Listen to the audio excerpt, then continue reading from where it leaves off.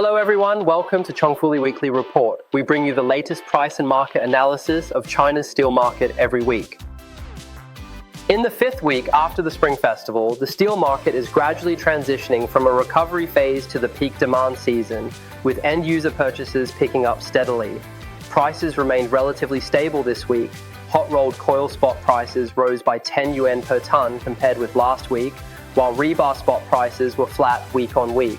As the traditional peak season approaches, seasonal demand is gradually materializing, and market trading sentiment has improved month on month.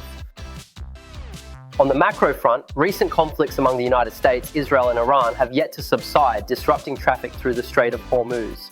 Crude oil and other energy prices remain elevated and shipping costs have risen accordingly, weighing on international trade and putting downward pressure on steel export expectations. In particular, the airstrikes launched by the United States and Israel against Iranian steel plants and supporting power plants over the weekend may directly reduce steel supply in Iran and exacerbate uncertainty in the global steel supply side.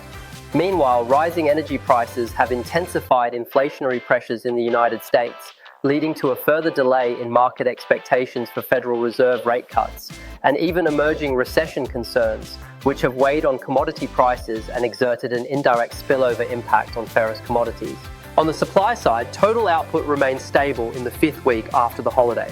The total supply of the five major steel products stood at 8.3958 million tons this week, a decrease of 2,400 tons week on week.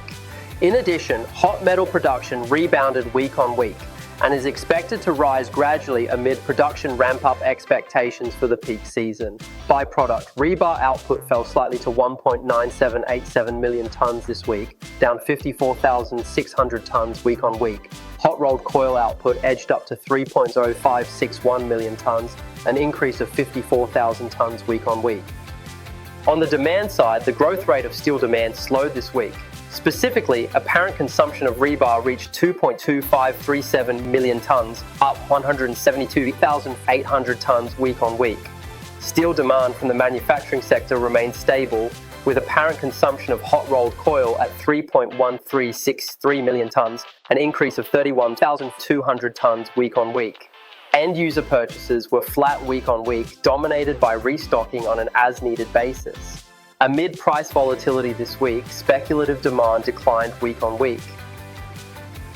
In terms of inventory, the destocking pace of the total inventory of the five major steel products accelerated further this week. The total inventory stood at 18.9784 million tons, down 483,900 tons week on week.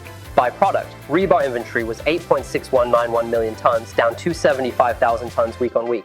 Hot-rolled coil inventory was 4.5327 million tons, down 80,200 tons week on week. Despite the relatively fast recovery of manufacturing demand, the absolute inventory level of hot-rolled coil remains high, with inventory pressure noticeably higher than that of rebar. Overall, peak season characteristics in the domestic steel market are gradually emerging, with demand in a steady recovery phase. However, stable growth policies are unlikely to transmit quickly to end-user demand in the short term. Coupled with the delayed Federal Reserve rate cut expectations weighing on market sentiment toward commodities, upside pressure on ferrous prices persists. On the other hand, escalating overseas geopolitical conflicts have pushed up crude oil and other energy prices, providing some support to steel costs. With long and short factors intertwined, market competition has intensified. Therefore, steel prices are expected to maintain a range-bound pattern in the near term.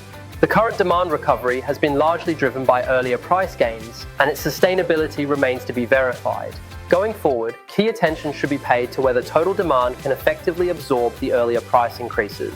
Among major products, hot-rolled coil still faces relatively high inventory pressure, while rebar requires continued monitoring of downstream work resumption. Steel prices overall lack momentum for a trending upward movement, and the destocking pace will be a critical factor to track for the subsequent market trend. In terms of trading strategies, for rebar, we recommend purchasing based on operational needs. Constrained by high inventory pressure, hot-rolled coil is not suitable for blind restocking. We also advise on-demand procurement to control inventory risks. According to institutional views, although the overall fundamentals of steel have improved month on month, the relatively high inventory level still effectively restrains prices.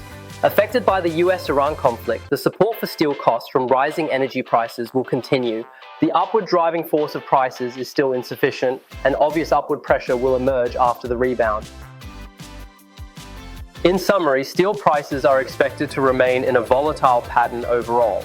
Close attention should be paid to peak season demand conditions and the transmission impact of energy prices.